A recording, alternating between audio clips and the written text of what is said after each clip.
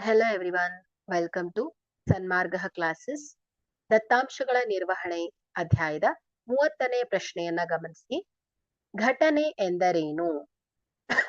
ಒಂದು ಅಥವಾ ಕೆಲವು ಫಲಿತಾಂಶಗಳ ಗುಂಪಿಗೆ ಘಟನೆ ಅಂತ ಹೇಳ್ತೇವೆ.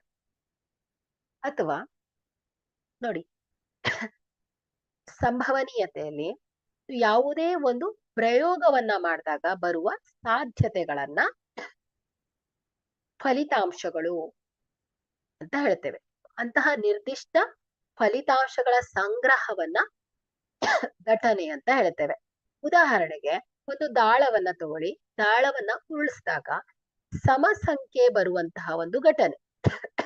ಸೊ ಇಲ್ಲಿ ಸಮಸಂಖ್ಯೆ ಬರುವಂತಹ ಸಾಧ್ಯತೆಗಳು ಯಾವ್ಯಾವುದು?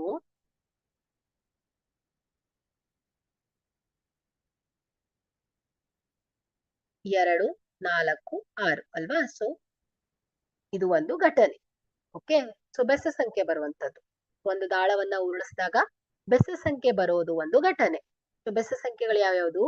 1, 3, 5 ಅಲ್ವಾ? ಸೊ ಇದನ್ನ ಒಂದು ಘಟನೆ ಅಥವಾ ಫಲಿತಾಂಶ ಅಂತ ಹೇಳ್ತೇವೆ.